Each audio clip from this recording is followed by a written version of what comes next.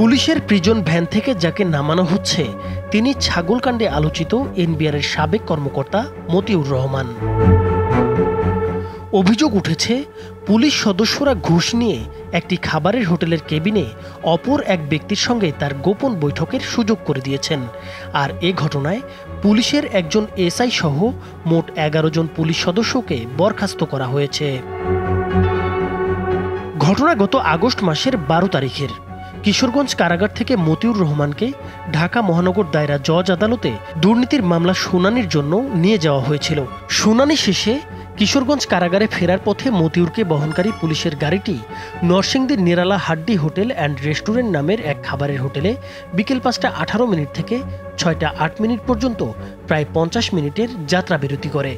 CCTV ফুটেজে দেখা যায়, পুলিশের প্রিজন ভ্যান থেকে হাতকড়া ছাড়াই মতিউরকে নামানো হয়। আর হোটেলের ভেতরে আগে থেকেই অবস্থান করছিলেন সাদা টি শার্ট পরিহিত একজন ব্যক্তি। মতিউরকে আনা হচ্ছে দেখেই তিনি হোটেলের একটি ভেতরের কক্ষে ঢুকে পড়েন।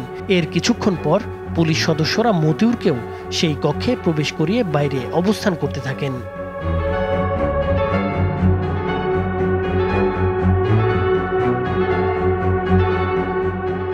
এরপর ৬টা ৬ মিনিটে মতিউর সেই সাদা টি শার্ট পরিহিত ব্যক্তির কাঁধে হাত দিয়ে ওই কক্ষ হতে বের হন এবং বেশ স্বাভাবিকভাবে প্রিজন ভ্যানের দিকে এগিয়ে যান। সাদা টি শার্ট পরিহিত ব্যক্তি মতিউরকে আলিঙ্গন করে প্রিজন ভ্যানে উঠিয়ে বিদায় জানান। ঘটনা জানাজানি হলে অতিরিক্ত পুলিশ সুপারের নেতৃত্বে ৩ সদস্যের একটি তদন্ত কমিটি গঠন করা হয়।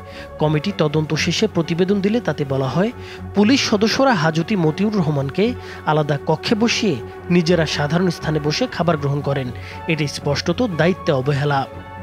এরপর কিশোরগঞ্জ জেলা পুলিশ একটি আদেশ জারি করে। তাতে বলা হয়, ওই দিন স্কটের দায়িত্বে থাকা পুলিশ সদস্যরা উৎকোচ নিয়ে হাজতি মতিউর রহমানকে নানা সুযোগ সুবিধা দিয়েছেন।